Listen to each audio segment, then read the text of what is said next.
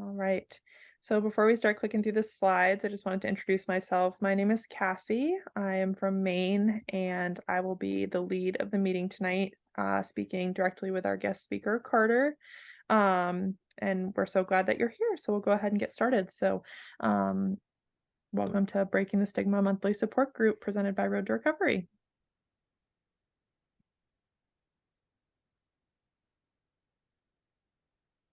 Did you change the slide, Lori? Sorry. It's just not showing change on my end. It went back to a smaller screen. Sorry. Well, technical difficulty. This happens every meeting, I feel like, and then we work out the kinks and all is well.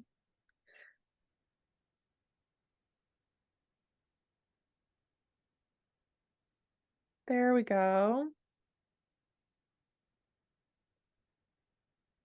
Perfect. They're working now. All right. So this is the outline. Perfect. This is our first slide that we start with. So just a brief medical disclaimer. If you're in crisis or think you might have an emergency, please call 911 immediately. If you're having any suicidal thoughts, there's a phone number listed there. These are great numbers to keep in mind or add to your contacts for perhaps you or someone else you might find in need in the future. If you're located outside of the United States, utilize your local emergency line immediately if you're in need of help. I'll start the meeting off by doing some mediator intros, and then I have a couple slides that will talk about what mental health is by definition, as well as some additional hotline number resources, and then we'll do a brief safe space policy and disclaimer slide. And then I don't know if everyone is familiar with the chat feature on Zoom, but we'll do a little test of the chat room. That's a great resource to utilize while we're here on this meeting, to ask questions or make comments or get attention if you need it. And then we'll introduce our lovely guest for the evening, and we'll have an open discussion and conversation about traumatic brain injury and Post Concussion Syndrome and all the resources Carter has used to heal from those injuries. And then we'll go to an open Q&A. So what is mental health? Mental health includes our emotional, psychological, and social well-being. It affects how we think, feel, and act. It also helps determine how we handle stress, relate to others, and make our choices. Mental health is important at every stage of life, from childhood and adolescence through adulthood. Over the course of your life, if you experience mental health problems, your thinking, mood, and behavior could be affected. Many factors contribute to mental health problems, including biological factors such as genes or brain chemistry, life experiences such as trauma or abuse, family history of mental health problems. Some core foundational components of mental health is improved mental health understanding to reduce stigma and promote early help seeking, a focus on athlete development and skill acquisition to help attain these goals, and access to mental health resources, screening, and feedback. The purpose of these foundational components is to enhance awareness of the importance of athlete well-being. This in turn addresses health and safety responsibilities towards athletes' overall well-being in the context of sports-related stressors. This is my favorite slide in the whole presentation. It has some excellent resources, and I always recommend people take a screenshot of this or take a moment to jot down these numbers. These work in the United States and are 24/7 resources. And new is the crisis text line. So if you're not feeling comfortable or if it's not your preference to talk on the phone, you can text and talk with a trained counselor to receive free crisis support. So the Road to Recovery Monthly Support Group seeks to create a stigma-free zone where anyone joining can have access to a compassionate, judgment-free space to share, listen, and learn about all things mental health.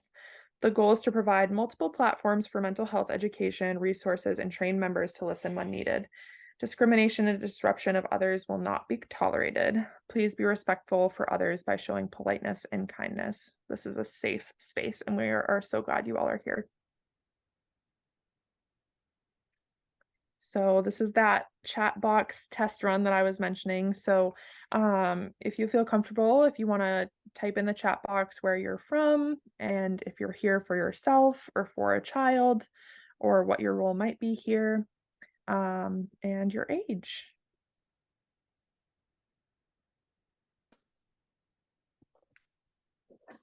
All right, and I'll go ahead and introduce our staff members and guest speaker for tonight. So, Kylie Cisneros is one of our Road to Recovery administrators here. Lori is from Road to Recovery, and she'll be running the techie piece of this and doing the slides for us tonight. Maureen is here tonight too. Maureen is also another member of the mental health initiative, and we're so glad. So these are the people that you can message privately in the chat if you're feeling like you need to talk to someone, or if you have a question that you would like to be asked that you'd prefer not ask yourself, they would be more than willing to help. And last but certainly not least, I would love to introduce our guest speaker tonight. So Carter Biese. Carter is here to talk about post concussion syndrome and TBI recovery and how that has impacted his life and what he's learned from it. And we're so glad that you're here, Carter. So we'll take it away from there. Yes, thanks for having me. Yeah, of course. Thank you so much for joining us. So to start us off, Carter, do you mind just telling us a little bit about yourself, like where you're Yeah, from, how old yeah, you I'm are? from Appleton, Wisconsin. I'm 21. I've been racing as long as I can remember. So I started when I was 5 and um, pretty much haven't stopped since. Started young. I feel like that's what happens in the sport, which is so lovely. That means we'll have lots of years of racing to hear about from you. What type of racing do you do or have you done? Um, I've just mainly motocross, and I've began my supercross career. I got a year of arena cross under my belt, but nothing in the woods or anything. I stay away from the trees. Understandable. And what is your life looking like these days? Are you working or racing full time or what's your So, so this past winter, in March, I got hurt right before Daytona Supercross, and per my doctors, I was going to be off like 6 to 9 months. So I knew I needed to find something to do, and I started a training business, so like training others on dirt bikes, called Minor League Moto, and that filled pretty much from April to September to now, and I'm kind of using what I've learned, what I've made to help me do Supercross coming up. So I leave tomorrow actually to start my Supercross prep for West Coast Supercross. Awesome. Wow, that's super, super exciting.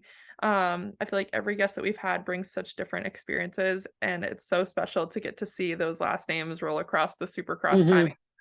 Hmm. So that's something super cool for us to look forward to in these coming months. Um, so tell us a little bit about, our topic tonight. What made you want to choose this topic, talking about TBI? It's mainly because of the people that helped me get here. Without the Functional Neurology Center, I probably wouldn't have ridden a dirt bike again past 2018 when my original head injury happened. And I just feel like the head injuries in our sport, and maybe just not even our sport, all sports are kind of, there's so much unknown about the head and injuries with the head that um, I mean, I can speak from experience. You don't always tell everybody because no one knows how to fix it. So, or at least we don't know there's anybody that knows how to fix it. So, yeah, kind of try to tell people what it's all about and how we can get back to normal. Yeah. Did you have any head injuries in your younger years of racing, or I was this had I had a small concussion when I was like 8 or 9 years old, but honestly, I didn't have any real major head injuries that put me in the hospital or that I got diagnosed with a concussion up until 2018. That was pretty much it. and what was that initial head injury like when in 2018? Was there like loss of consciousness and stuff like that, or what did So it was super weird how it all went down. I actually crashed on a Friday the 13th, which wasn't that awesome, but I didn't have any. I knew I hit my head hard, like I fell on the back of my head, but I took the rest of the day off, but I felt pretty normal. And I actually rode the next day and I didn't have any symptoms or anything, but I woke up 2 days later and like I wanted to vomit. I couldn't turn to my right side or I would vomit, and just like couldn't handle the light outside. I couldn't do anything without having symptoms, and I just felt like my head was floating. So um, that's pretty much how it happened. And then after that, it took forever to find any sort of help. Mm. And where did the Functional Neurology Center fall into your life? Was it after a more recent injury? It was this injury. So I took months. I went to my local neurologist, and quite honestly, he just told me it took time, and time didn't do anything. So I think it was like 6 months into it, and I went to go play basketball. I'm like, I got super dizzy right away, and I'm like, this is enough. I need to find something to fix this. And I couldn't tell you how I came across it, but I came across a Dale Earnhardt podcast, and he actually had a head injury in NASCAR, and he was dealing with this doctor out of Pittsburgh. And one thing led to another, that Dr. Schmoe out of the Functional Neurology Center actually practiced under the same practice of this doctor in Pittsburgh. And Dr. Schmoe and his crew were able to get me, we called on a Friday, and I think they got me in on a Monday. And that was, I think, 7 months after my injury. And from there, I went in on Monday. I spent 2 weeks with them. Then after having 7 months of symptoms, I couldn't go to school for a full day. I missed, I think, 50 days of school that semester. Um, I couldn't handle the lights. I couldn't handle being around a lot of people. Um, anything pretty much. They had me good to go in about 2 weeks. Wow, that's incredible. I know that you obviously can't reveal, too much of what their practice may look like, but is it an inpatient type of Yeah, place or so it's there? more like it's kind of like a physical therapy. You spend 3 sessions there a day, for a full week, and then it's usually a week-long program. But given the severity of mine, I needed 2 weeks there. And the stuff that you go through, the therapy you would call it, is nothing that fancy. Or that he has a lot of technology and stuff in the practice, but there's nothing that you would never think of, or just super simple stuff that helps the brain reconnect with everything else, all the systems. I wish I knew how to talk about it in a medical terminology, but um, it just works. And it's hard to find because it's unfortunately not covered by insurance. So it's hard for people to find and people to figure out what they can do and how they can help.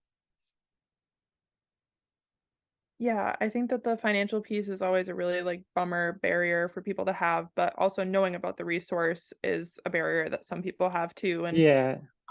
the fact that you're willing to speak out about it is amazing. Um, in regards to mental health, how did these injuries affect you from a mental health standpoint, and coping wise when you were going through these challenges?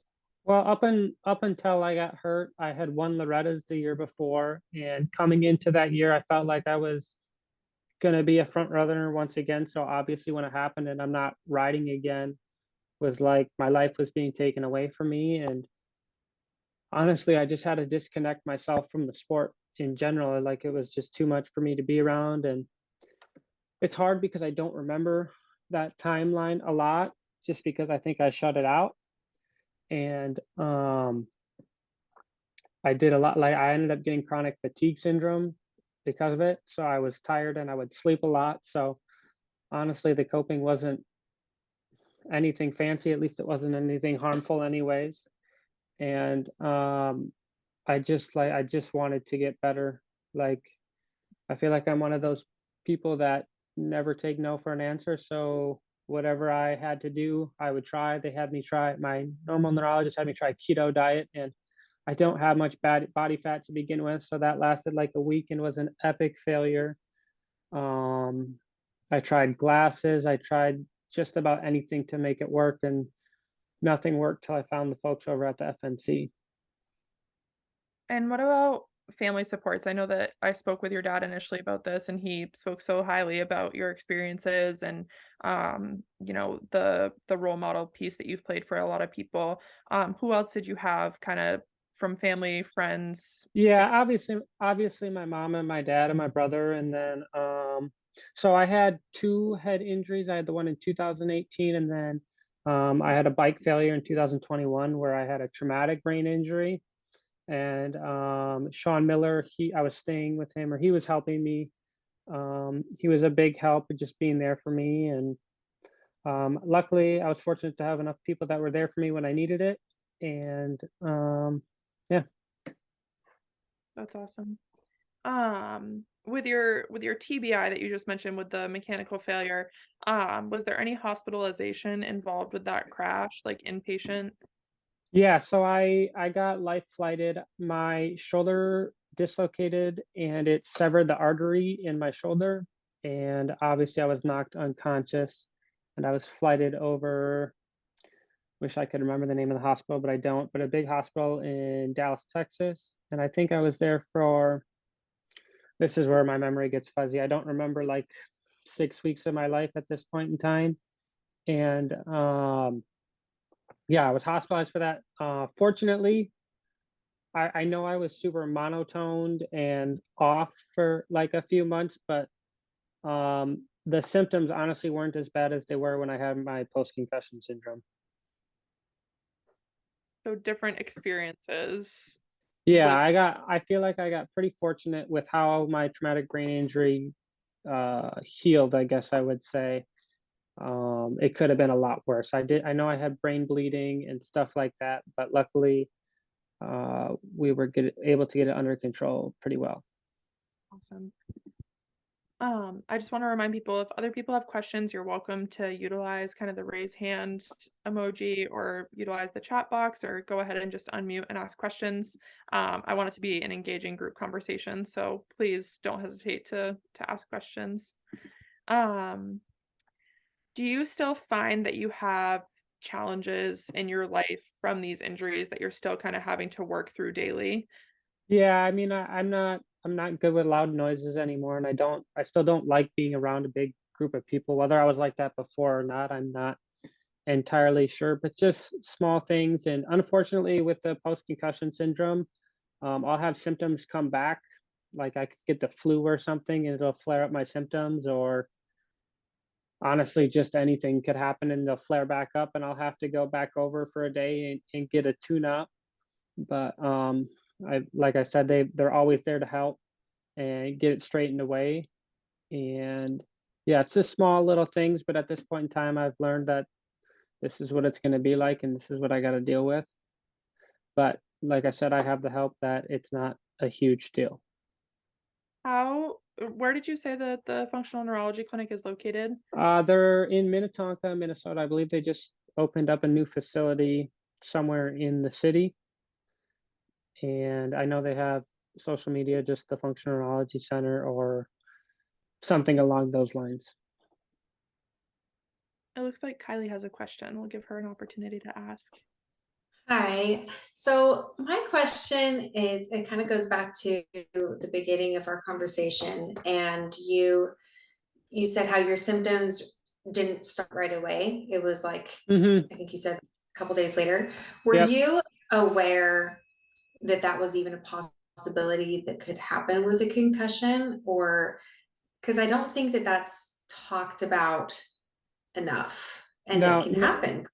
yeah, no, not at all. And I'm not proud of it, but I think it happened 2 weeks before Loretta's, but I still lined up at Loretta's, not really knowing what was wrong or what the deal was, because I've never heard of anybody having a concussion and then not having symptoms for 3 days.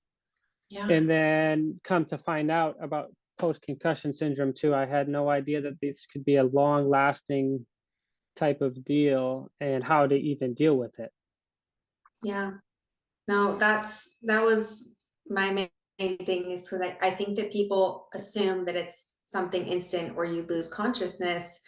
And then you might play off these symptoms that happen 3 days later as, oh, maybe I'm getting sick or something else. So I love that you're bringing awareness to this other side. Yeah, and I never lost consciousness when it happened either. I obviously knew I hit my head, but I didn't think it was anything of this magnitude. Oh, thank you for sharing that. Yep. Awesome. Thank you, Kylie. Looks like Maureen has a question. Maureen, when you're ready, you can take it away. Sorry, I had to leave the room where I was with extra noise in the background. First of all, I just really want to thank you for speaking out about your situation. And one of the questions, you touched on it a little bit about your coping skills and, sort of the process that you went through. I'm imagining there were some kind of mental, maybe feeling defeated or whatnot that you may have went through or maybe not. And what were some other ways that you coped with that? And did the center help you and give you some tools around that as well? Because I think it's another area that doesn't get discussed when we are injured or missing out on something that's a huge part of our life. Yeah, probably not the best answer, but I'm quite a hard-headed person, and I just didn't want to take no for an answer. So it was going to be whatever I had to do, whatever it took to get back, I was going to do. And I don't know. It's just like I always had some sort of belief that I was gonna be able to fix it or find help or whatever it may be. And then obviously once I found Dr. Schmoe and the folks at the FNC, there was graphs and charts they could show me of my improvement throughout the week that really gave me the confidence that things were going to get better and that I was going to get back to normal. Great, thank you. Yes.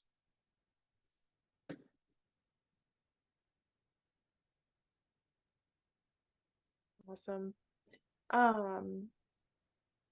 From a school standpoint, from an educational standpoint, did you find that, your methods of learning changed? Did you go from being someone who learned from one way to another way? Because I think another thing when we think about, concussions and stuff, even the smallest bonk on your head can cause things to work a little bit differently. And I'm just wondering if you had any experiences like that.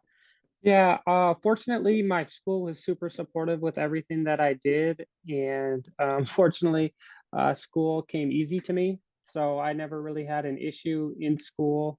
Obviously, I missed a ton of time, but my teachers and the principal and everything else, they were able to work with me and get me through it relatively easy. Awesome. Another question. Looks like we have a question from Lori. I just had a question. So you are going to be lining up again coming up season, which congratulations on that.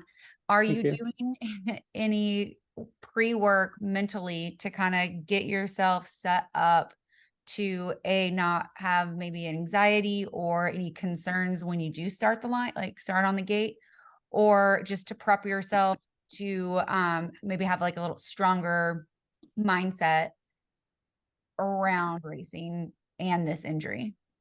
Yeah, I feel like last year was my debut and everything was like a flow of emotion just coming at me just because I didn't think I'd ever be on the line again or anything of that magnitude. So I feel like now that I've been there and kind of done that before, it's a lot easier for me to handle. But in the past, I feel like I've always had the skill and the talent to do so, but it was always my mind holding me back. So quite honestly, it's just been kind of keeping my mind off dirt bikes, as much as that sounds weird, but just keeping my mind as empty as possible coming into race day has always seemed to suit me the best. And I have a follow-up, sorry. So do you have any advice for anybody post-injury, that like an athlete or an amateur coming back post-injury, that you could give them regardless, like head injury or body injury? Obviously a head injury is a little bit more scary because you can't really see it. Mm-hmm. So any advice that you have? Honestly, so I just came back from the traumatic brain injury, and at the same time I wrecked my shoulder. I almost lost my arm, so that was a big deal to come back from.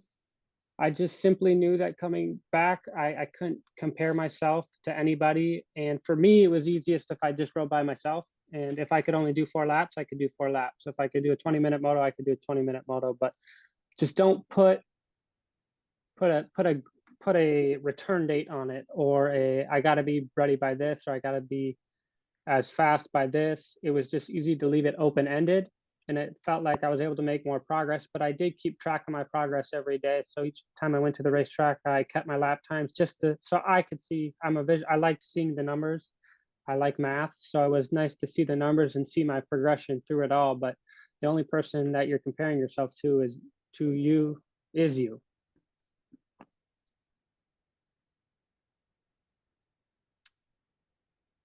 Thank you so much, Carter. Lori asked a great question about kind of mental preparation. For physical preparation, what is your training looking like? Are you doing cardio stuff? Are you doing strength stuff? Is it a combination? Are you riding? What's kind of going on in prep for this season? Yeah, so kind of all the above. Actually, through my minor league moto training that I did this summer, I kind of did some trade out with a kid I was working with. His dad was a professional mountain biker, so he's been riding my off bike program heading into the new season that actually just started today as we're ramping it up. And then I'll be headed down to SSR in Indiana to begin my supercross prep. And then once it gets too cold there, we'll head down to Florida and continue on. As far as role models, I think right now you're setting, people to be in a position to look up to you and what you're speaking out about and the courage it takes to talk about mental health and past injuries and stuff. Can you talk to us a little bit about people that you've used as role models and aspirations and stuff in your lifetime? Yeah, so before injuries, it was always Ryan Dungey, just because we both have grown up in the Midwest and up north where we don't get to ride in the winter. And he was just always somebody you looked up to because he wasn't this big named amateur or somebody that dominated. So that's who I always strive to be. Obviously, that doesn't always work out for everybody. And but after injury, Roxon had his injury. I think it was a year before me. And I mean, he went through so much going through that too. I knew I could do something similar. Very, very solid choices. That sort of does it for questions that I had prepared, scripturally for you, Carter. Do you have anything, like, I want to give you an opportunity as well. I know we have great people asking questions, but is there anything that you feel passionately about that you want to share with us, that you kind of want to chime in about? Honestly, I would say it's simply to go, if you have any type of head injury or you've hit your head before, and I have had enough people that have come to me that they don't talk to anybody about it, or they've had symptoms for years. It doesn't matter how long you've had symptoms.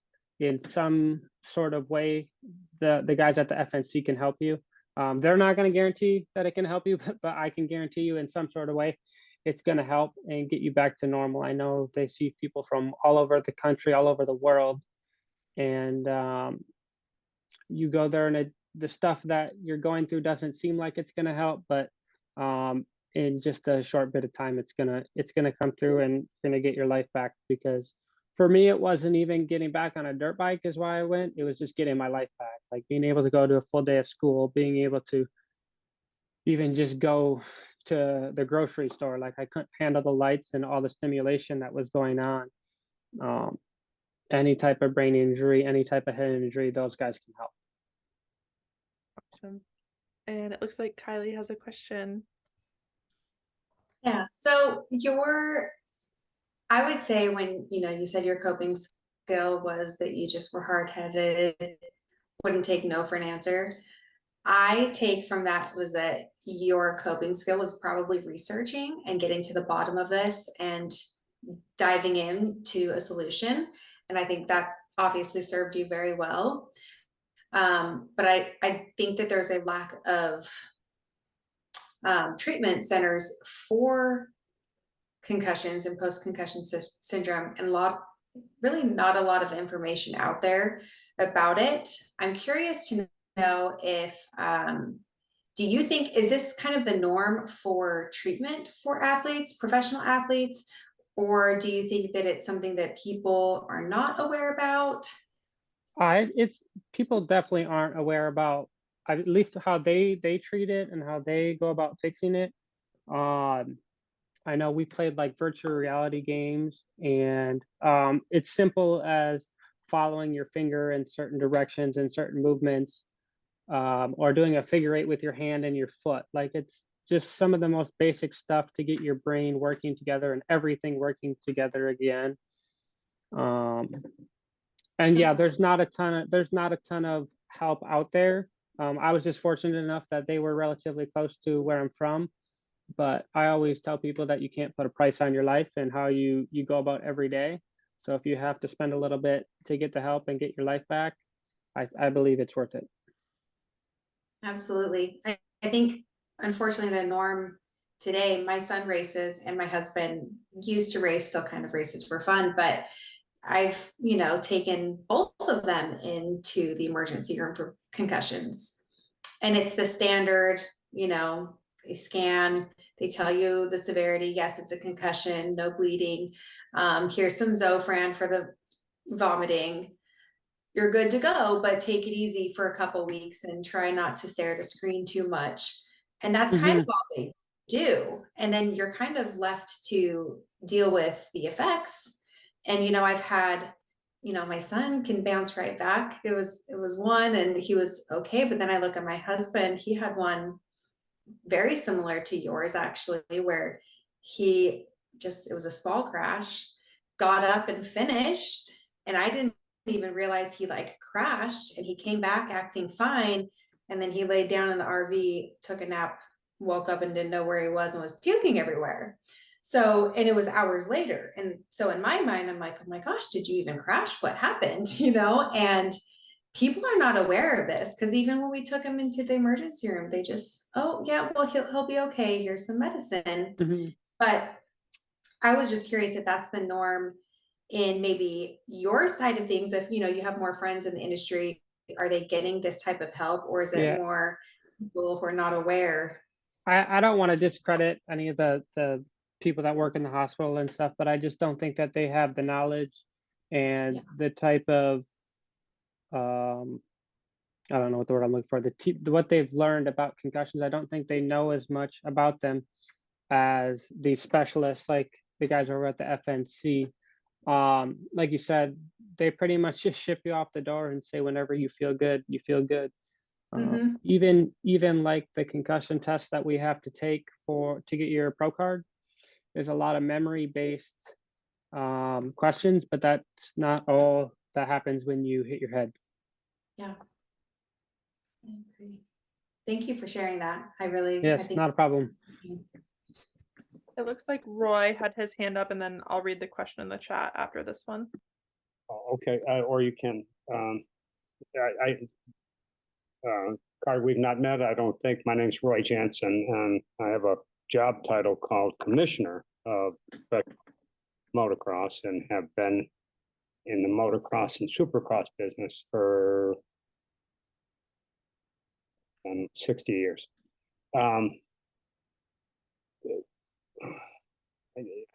I think CTE,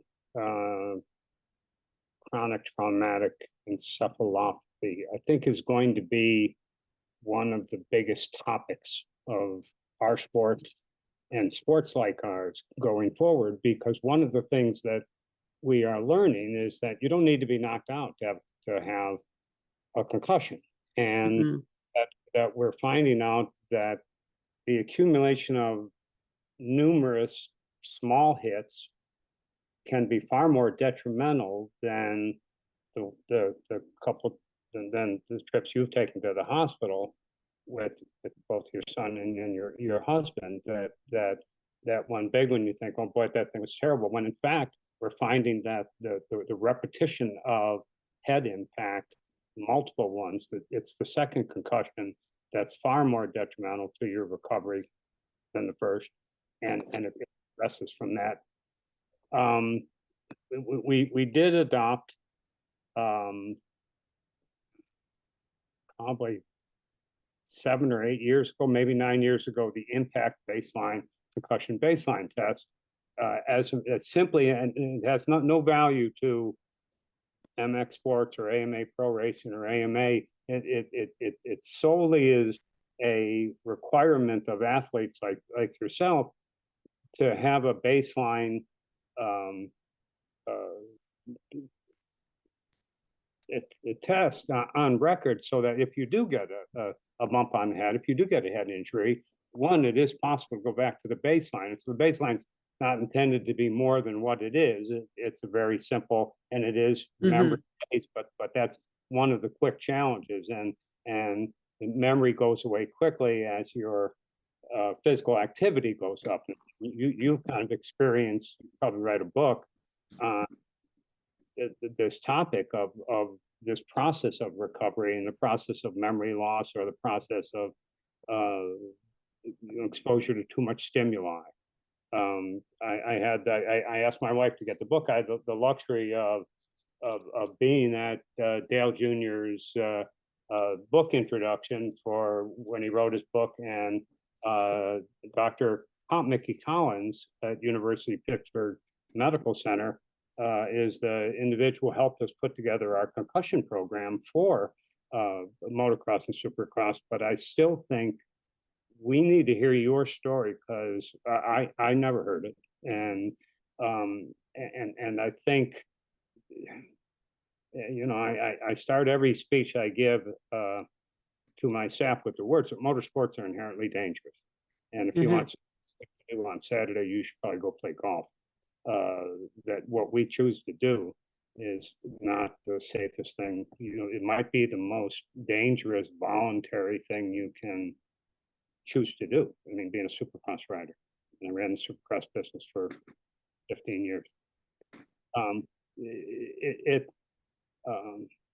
I think it's going to be more controversial. I think learning from your experience, watching your ability to recover, you're going to know very quickly, am I 100%? Am I 90%? Am I, and nothing, being on that real floor, being at the test track isn't enough. You got to have that heart rate racing, and being down there at the start gate to know, oh shit, I don't know.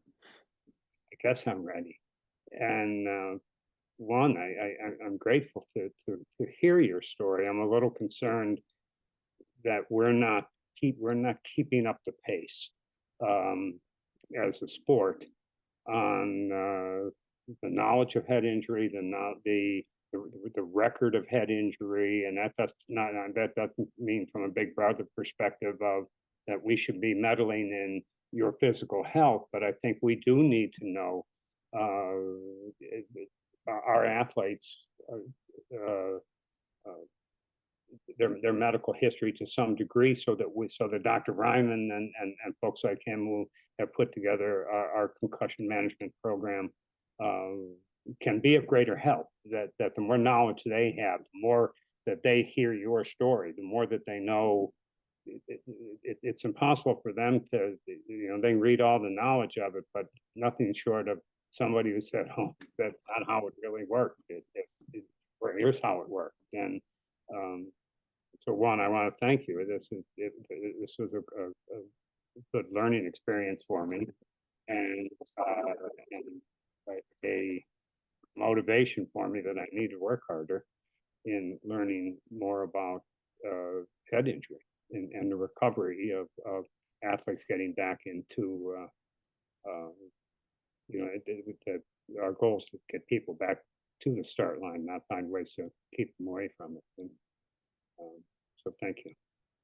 Yeah, not a problem. And I just think that, like you said, I don't think anybody really knows enough about concussions and about brain injuries. I think that's CTE, that's post concussion syndrome, that's traumatic brain injuries. Yeah, I don't think that there's ever going to be a time that we know everything about the brain and how these injuries affect us. But there's just, I feel like every year we find more and more, and it's nice that we have companies like Fly and 6D that are putting so much technology into their helmets to try to keep us as safe as possible. I wanted to ask you about helmet technology, about your thoughts on, right? Because the head injuries, the one thing that we mandate is that you have a helmet, and we don't tell you what kind of boots, we don't tell you, but is helmet technology where it should be? I think we're a lot ahead of the game than a lot of the other sports. I know that I don't want to get in trouble, but I know that there's been some motocross companies that the NFL has reached out to for their helmet technology, just because the motocross companies are putting a lot of money into it, and we've made great strides. I've been in a fly formula since it came out, and obviously I had a big brain injury in it, but it could be so much worse.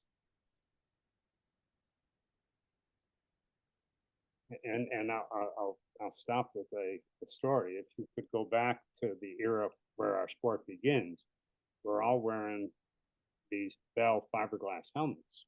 And if I gave you my helmet, you would say, Mr. Flintstone, here's your cinder block back. They were so incredibly heavy, but you knew when you banged your head, you knew it because your helmet broke.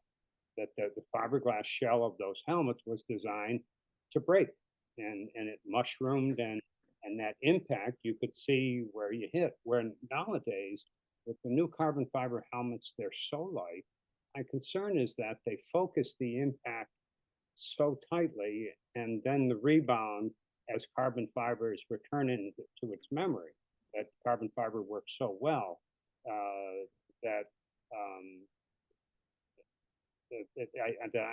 I'm concerned about our helmets, and I wouldn't want you to wear the one that I wore 50 Yeah, years. the new fly helmet has, I don't know, some sort of sensor or technology in it that it'll give you I believe analytics when you hit your head hard enough, and it'll light up when you've had an impact great enough. So I think that's another big step in technology to keep us safer. Yeah, youth football has that already. Youth football has little things on the side of your helmet that if you take a hit in the head, a little flag pops up, and Oh wow. you can tell that child may be absolutely perfect and might just have tripped and fallen, but you know that there was a head bump hard enough that it hit the little trigger off. And but I'm forever interested in the evolution of our helmet technology, and whether it's keeping up with science and science is keeping up with manufacturing. Speaking to that, those helmets are wonderful. They're horribly expensive. As the parent of a youth football player, you know, they run about $750 for a youth helmet, but they do, like you said, Roy, they keep track, and Carter, every hit, actually even minor hits, and then they basically analyze the level, and the coach or the trainer or whatever can download that information, and they can keep track of you know, each kid and what they have gone through with hits and whatnot on the field. So, and they're not terribly heavy. My son, we don't have them in our program, but you know, we can buy them as parents, and they're not terribly heavy, which is obviously a concern as well because of the neck and having to wear that weight as you're doing everything else on the bike. So yeah, our folks, nobody wants them to be heavier, but I having that sort of impact detector, impact analyzer, impact recorder as part of it. Again, I spend a lot of time with people of our business who make all the things that we get to use, and other I mean, here in some other sports, they're a bit ahead of us science wise. Yeah, and I mean, to contribute to this conversation a little bit, this is a really around the block kind of example, but I work as a labor and delivery nurse primarily for my job. And when we talk about safe sleep, like I have someone that just had a baby, and, you know, I tell them about safe sleep, and, you know, baby has to be swaddled and on their back with no extra blankets in the crib and no extra dolls or stuffed animals and stuff, because it can be detrimental to their well-being. And it has significantly decreased SIDS episodes by adopting safe sleep practices. And this is something we have to teach every parent before they go home. And of course, they're the ones that decide if they want to follow that, and that's their right. But where this whole kind of example is going is that I almost feel like in motocross specifically, but I mean just in youth sports in general, like my dad has this mentality of like, well, when I was a kid, we played football without those fancy helmets and I'm just fine. And, when I used to ride my dirt bike around the yard with my cheap helmet, look at me, I'm fine. And it's like, I tell him like, yeah, dad, like I know you're fine, but there's unfortunately some people that didn't end up fine because they didn't have the technology or the knowledge of how can we make this safer. And I think that like right now we're kind of at that constant turning point of like we have this new data, we have this new, technology, but do we have the accepting mindsets to take that technology and take that data and use it to protect our youth and our friends and family? So I feel like just with everything that you're saying with these helmets and the cost is an unfortunate reality, but like if we're not ready to adopt and accept this data that's coming forward, like are we ever going to improve, the current statistics? And I think that's something worth kind of considering.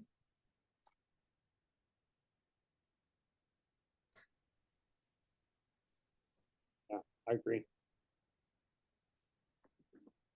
I just want to read this chat box question. This was from Emma. It says, "Hi Carter, I know it can be hard getting back on the bike post injury. Do you remember how you felt the first time you rode after your injury?" I guess I'll go over, both of them because I had two major head injuries. So after the first one happened, I was terrified. Like I didn't know how it would feel or how it was going to go.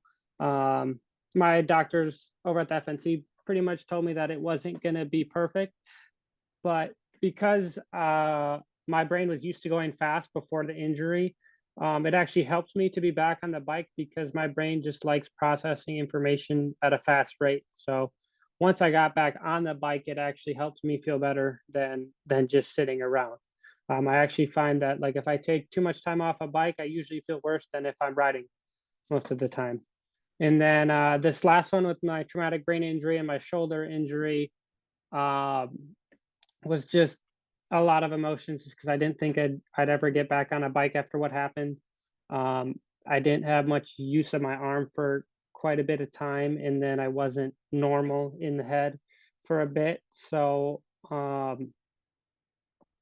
it was scary, but like I said, like I wanted to do it because I wanted to prove to myself that I could do it. I didn't get back on a bike for anybody but myself.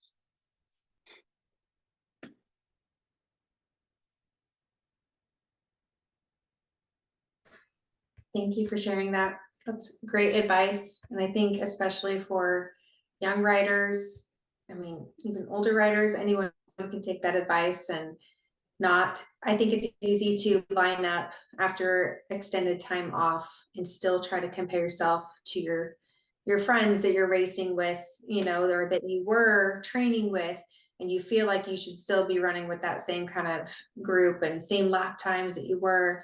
So I love that advice that you should just really compare yourself to yourself. That's Yeah, and that was I guess that's still been hard because a lot of the kids that I ran with or beat before I got injured are now a lot in front of me now. But you just have to face reality and realize what you've been through. And I'm just grateful that I'm in the position I am right now to be able to line up and to be able to do this and chase this dream yet.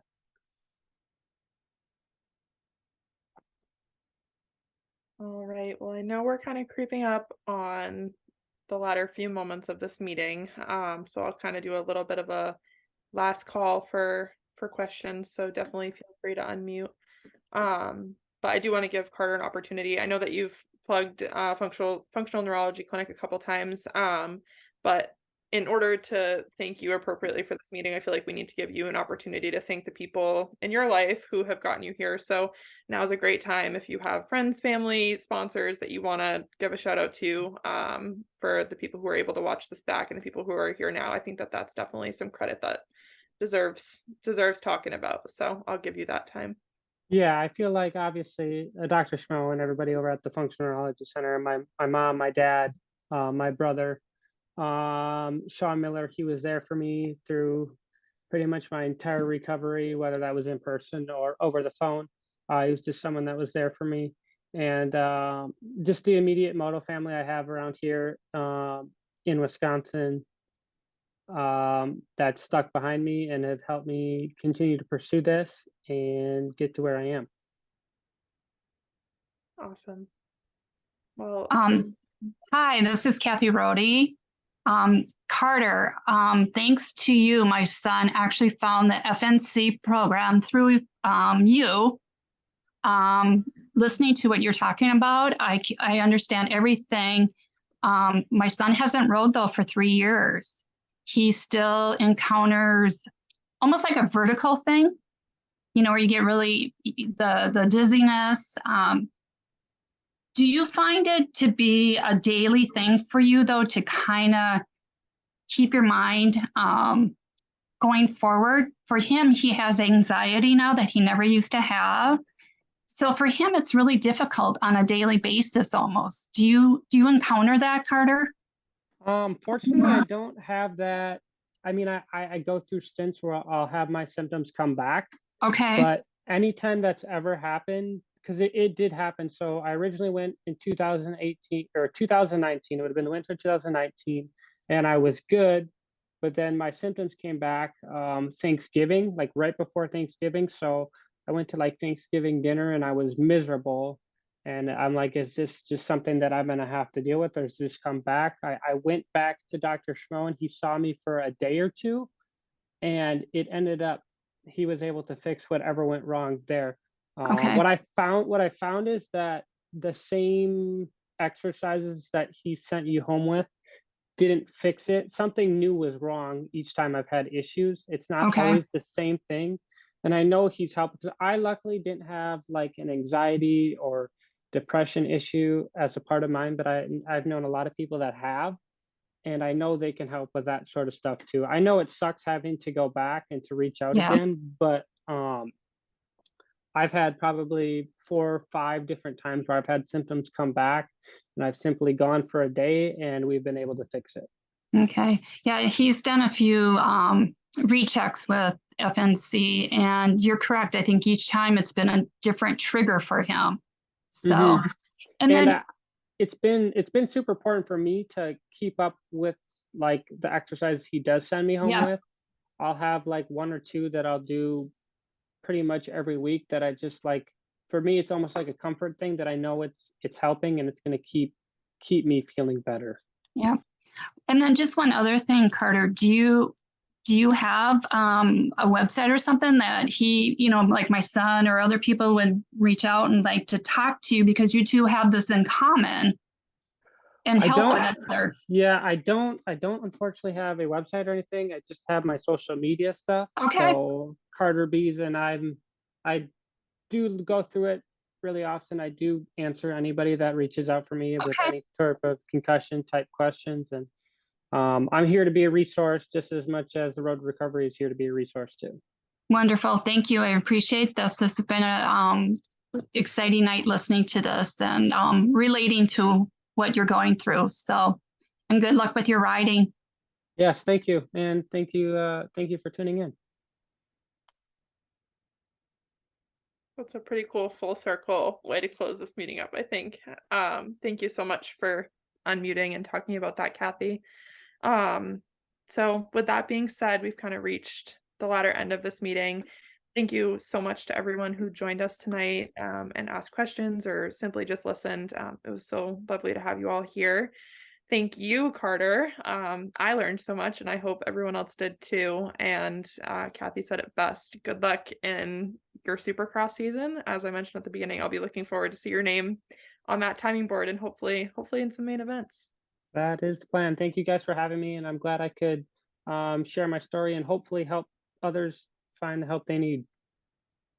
Awesome. Thank you. Hey, Carter, do you mind putting your Instagram like in the chat box maybe for that for Kathy? Yep. Just so her son could reach out and anyone else who's here wants to get in touch with you. Yeah, absolutely. Thank you for thinking of that, Carter. Thank you, Carter. Yes, not a problem. Thank you guys.